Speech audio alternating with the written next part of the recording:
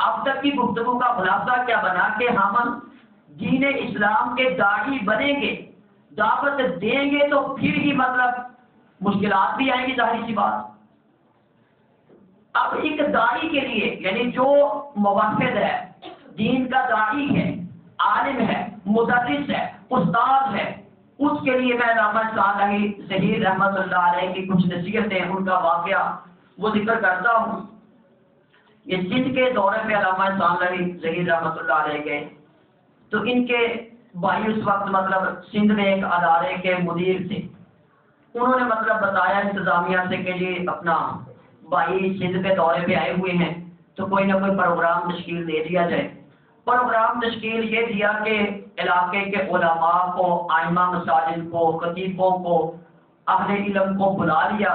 دعوت کر دی، اور کچھ بعد دعوت کے بعد شیخ کی نصیحتوں کا سلسلہ رکھ دیا۔ تو علامہ صالح ظہیر رحمۃ اللہ علیہ نے ان سے مخاطب ہو کے کہا کہ آپ لوگ تو چراغ ہو، سورج ہو، میں ادنا سا طالب علم، تو آپ لوگوں کو کیا نصیحتیں کروں گا؟ جو میرا اس فیلڈ میں، آپ بھی اسی سفر کے اوپر چل رہے ہو، میں بھی اسی پر، تو جو میں تھوڑی سی کوشش کرتا ہوں آپ کے سامنے نصیحت پہ پیش کر دیتا ہوں۔ تو انہوں نے دو نصیحتیں کی کہ جس کو دعوت دیتے ہو، یعنی ایک تو دعوت دو،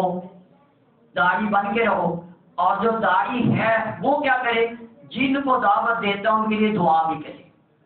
یعنی فرض کیا بنتا ہے کہ استاد جو پڑھا رہا ہے، کھپ رہا ہے، وہ پڑھانے کے ساتھ ساتھ دعائیں بھی کرے۔ جو استاد اپنے شاگردوں کے لیے تہجد میں دعا نہیں کرتا، اس کو پھر ڈنڈے مارنے کا بھی حق نہیں ہے۔ جو محنت نہیں کرتا، ہمیشگی نہیں کرتا، اپنے آپ کو دل و جان سے کھپاتا نہیں ہے، آگے بڑھاتا نہیں ہے، تو پھر مطلب اس کو یہ حق بھی نہیں ہے کہ وہ بس پھر ہر سارا ملبہ بچوں پہ ڈالتا رہے۔ تو اس پر انہوں نے اپنا عمل بتایا کہ اس عمل کی تاثیر پر ایک واقعہ بتایا کہ میں حرم میں تھا، وہاں ایک نوجوان آیا عرب کا، اور وہ نوجوان اس کے پاس کوئی اخبار کا تراشا تھا، اس نے مجھے یعنی مخاطب کر کے کہا آپ علامہ صالح ظہیر ہے، تو کچھ تعارف ہوا تو انہوں نے کہا جی میں نے آپ کا پروگرام رکھا ہوا، مجھے پتہ لگا تھا آپ آئے ہوئے، میں تلاش میں تھا۔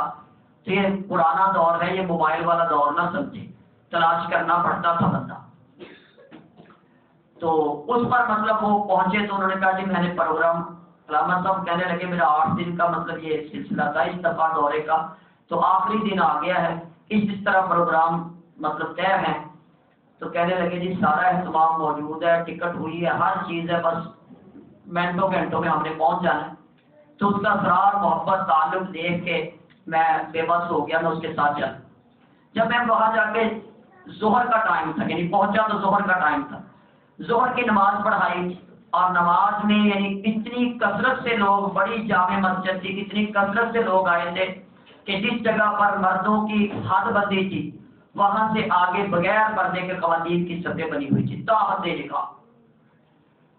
لیکن جن کی رکھتے رہی کہ جن کو میں نے دیکھا سنتے ادا کرتے کسی بھی معاملے میں، تو وہ رکوع کے بعد ہاتھ انہوں نے کھلے چھوڑے ہوئے تھے۔ امام مالک کی طرف نسبت کرتے ہیں مالکی،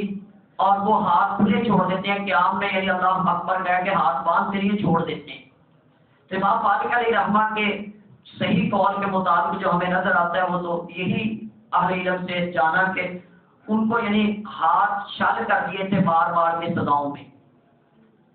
جبری یعنی طلاق پر فتویٰ نہ دینے پر حکمرانوں نے، تو ان کے ہاتھ یعنی بنتے نہیں، تو وہ مطلب چھوڑ دیتے اپنے ہاتھوں کو، اور اسی کو بعد نے مطلب دیکھ کے آگے سلسلہ چلا دیا۔ تو یہ منظر دیکھا، اس کے بعد مطلب ظہر کے بعد درس شروع ہو گیا، درس دیا، سنت کی اہمیت فضیلت پر درس دیا، اور درس دیتے دیتے یعنی جب بالکل ایک ذہن بن گیا کہ سنت کی محبت، سنت کے بغیر گزارا نہیں ہے، سنت پر ہی اجر ملے گا،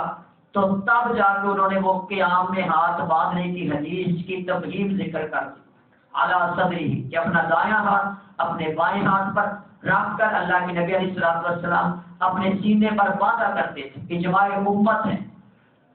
تو وہ سارا جب دلائل پیش کیے تو کہتے میں کسی نے مجھ سے بات نہیں کی، کھانا کھانے چلے گئے۔ عصر کی نماز میں جب میں واپس آیا اور عصر کی نماز پڑھائی تو تا حد نگاہ میں نے مجمع کو دیکھا کہ سب نے ہاتھ باندھے ہوئے، سب نے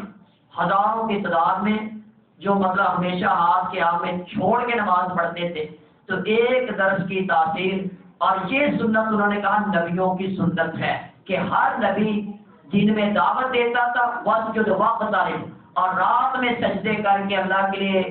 ربی امتی دعائیں کیا کرتا، دعائیں کیا کرتے تھے. اے اللہ دو عمروں میں سے عمر بن حشام سے یا عمر بن خطاب میں سے ایک تو دے دے. یہ جاہ و جلال والے لوگ ہیں. تو اللہ نے عمر بن خطاب کے لیے دعا کو قبول کیا، ابو ہریرہ کی ماں کے لیے دعا، دیگر صحابہ کے لیے. یعنی یہ آج سلسلہ ہم اپنے لیے دعائیں نہیں کرتے ہیں تو دوسروں کے لیے کیا کرنا. تو اساتذہ، علماء، مدرسین اس کے اوپر بھی پوری توجہ کریں.